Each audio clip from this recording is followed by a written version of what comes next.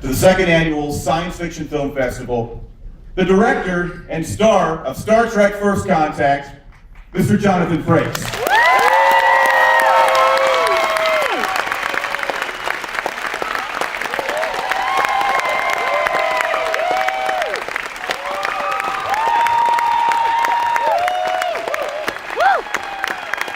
Red alert!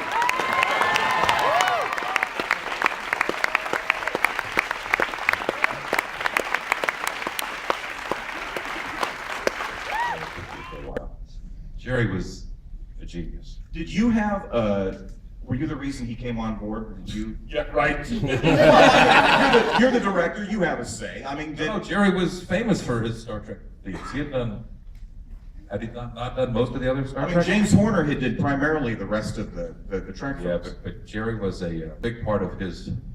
John Williams had Star Wars and he had Star Trek, and that was sort of their thing. But he was a master and a gentleman. And he had the greatest ponytail, the long gray ponytail. We used to go to his house to hear the themes. That thing that happens. The first time he played it, Rick Berman and I were over there. We looked at each other and said, "We're in good hands." It's really he does something that I don't understand how to do. I understand most of the other parts of the process. Scoring a movie is so far beyond my. I know what it's like pornography. I don't know much about it, but I know what I like. The score makes you feel things, and that they know what instrumentation and what tempo and what rhythm and what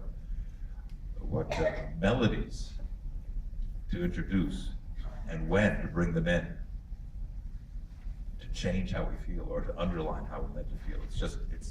It's arguably the most exciting part of the process. Well, you're no stranger to orchestration yourself because you are known to play a trombone. I play loud.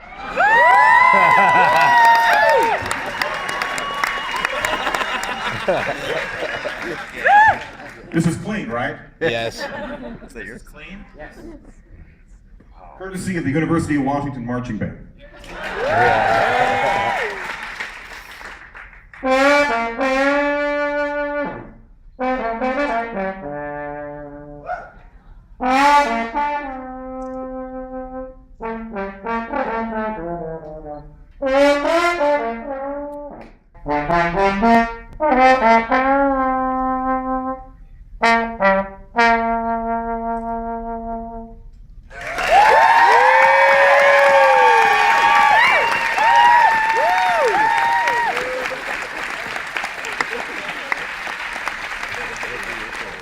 This was clean. Yes. Your mouthpiece?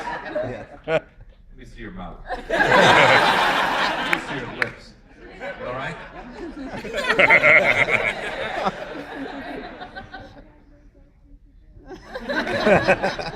You should be more concerned what was actually, Tom Skerritt's arm was on that chair last night. Tom Skerritt was here. He played the father in Leverage, which we used to do in Portland. That's right. Isn't he a gentleman? Lovely. You're a gentleman. Yeah, but he's much more of a gentleman than I am. And he's much more soft-spoken. He was singing your praises last night. He had a great time on our show. He played Tim Hutton's father. I remember that. And speaking of Leverage, you just recently directed Agents of S.H.I.E.L.D. Speaking of Leverage, You just directed Agents of S.H.I.E.L.D. now what's the story? Is that show going to survive? It is, second season. Are you sure? That's the second season, right? The superhero show? I did the episode about the Asgardians, Right. and they found the Asgardian staff, and the only thing I was allowed to show was Thor from here down, Thor's feet, the hammer. Never saw Thor. What's up with that? If they had the paper scope? Did you see the cap? No. No. I'd be disappointed if I were an audience. Speaking of Not audience, that I wanted to go off the air because I want to go back to work there. yeah, it's a good gig. Speaking of audience, I was asking ahead of time to show of hands who thinks The First Conact's the best film. I personally think it is. Except there's a soft spot for Wrath of Khan. Well, that is the gift. Film. It's all been downhill since then. But it's been, I actually like Thunderbirds. oh. I did. You had had to go there. That movie sent me to movie jail.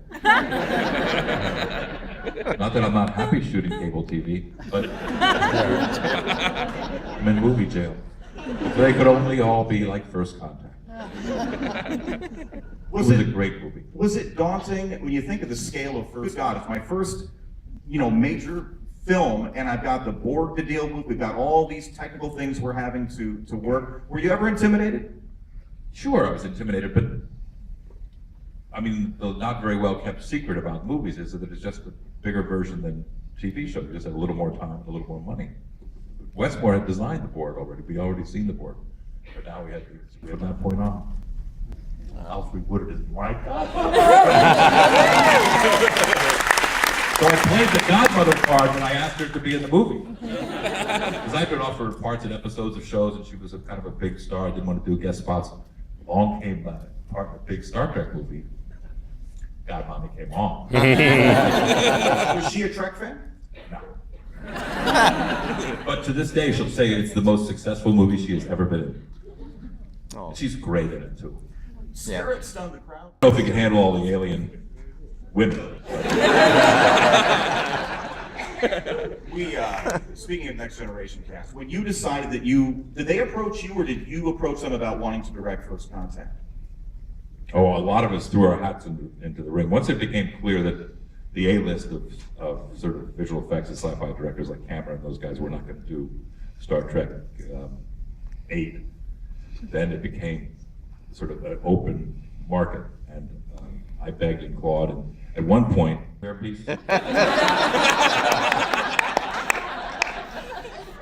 a good crowd today. Good crowd that gets all the Trek jokes. I remember when we had you at Emerald. Who saw Jonathan at Emerald City Comic Con back in 2020? I was there. I remember that. Emerald City's a great convention. Well, having people like you, of course. No, it's well run. It's a blast to do. It's one of the good ones. Also, this place is great. I've had the privilege of working up here with the Seattle Symphony doing a sci-fi. A couple years ago, you were up here for that. It's a great city. I love it. Leave them laughing. Before we open up to the audience, Jonathan, 2 questions I wanted to ask you. Yes. You and Jeannie Francis. Any General Hospital fans out there? You guys been married how many years? 25 years married, 28 years together. What is the secret?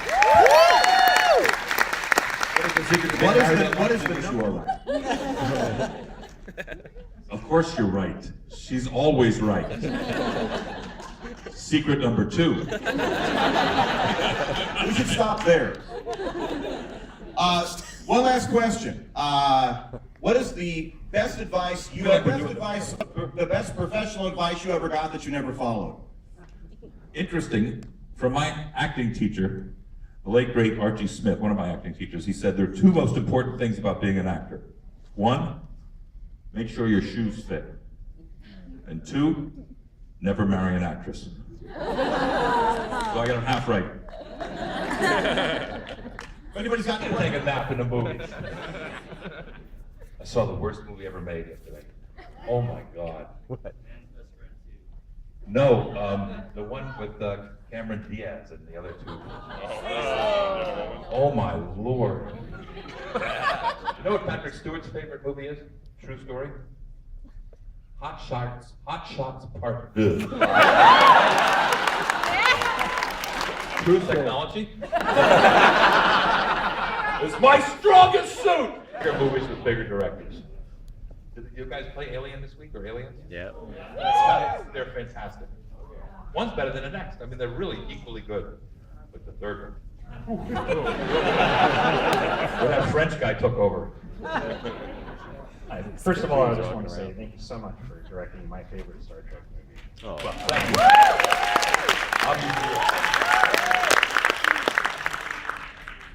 Oh my God. Who's the shooter? Are you shooting a selfie? Are you making a real selfie? Jonathan, you should take it. Yeah. Maybe it'll be in focus.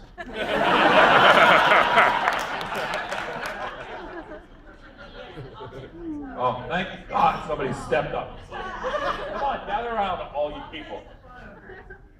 It's spectacular, right?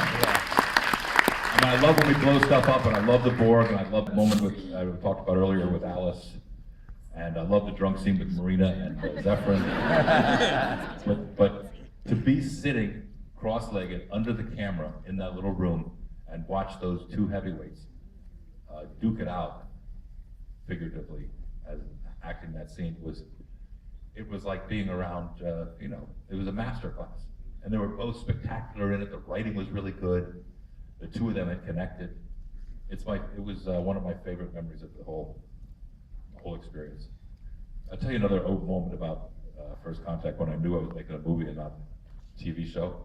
We were in pre-production, and the great the special effects guys, which are the guys that blow everything up. That's not visual, it's not digital, where they literally blow everything up.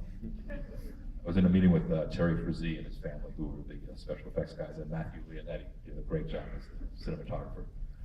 And we're talking about that town where Zephyrin lives. That town called, does it have a name in the movie? Montana, Central Montana. And I said, well, can we sort of, like blow up some of the vegetables in the garden or something, when it's being raked and bombed? They said, no, Frakes, you don't get it. We're going to blow up the whole town. And all of a sudden, a light bulb went on. I said, this is going to be great. Hi. Oh, keep going. You have a beautiful voice. So you've been behind the camera, you've been in front. I'm much happier behind the camera, and it's a good thing because nobody seems to be knocking my door down to give me any acting jobs. Leonard Nimoy said, it's better to be typecast than not be cast at all. I'm not so sure. I mean, Patrick's doing great. Patrick has a new series. Have you read about Patrick's new series with Seth MacFarlane? They just sold 2 seasons of a new, it's a comedy that MacFarlane's going to write and produce, and Patrick's going to star in. It's going to be on Stars. Treated everybody with respect, and you are, what you see is what you get with this guy. There's nothing phony about this. You are the absolute real deal. You're a joker and you're a clown. So I want to ask you. I knew there was something nice. It was all kinds of nice for there, and then I just think there's something that's behind his back. It's all good. Another trombone. No more instruments. And Wait, is Patrick here? Next year. In your entire life of making people laugh, what is the one singular memory that stands out that you got the most satisfaction of getting someone to laugh? Wow. That's a horrible place to put me.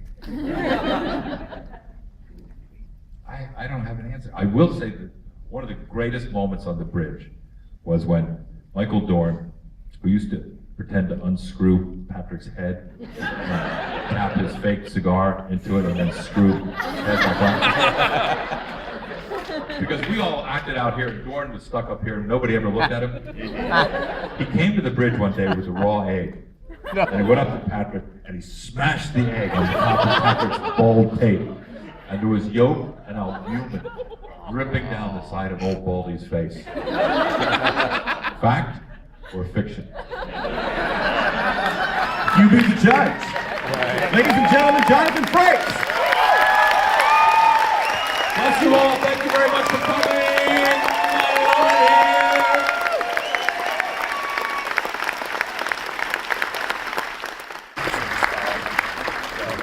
Photo opportunity.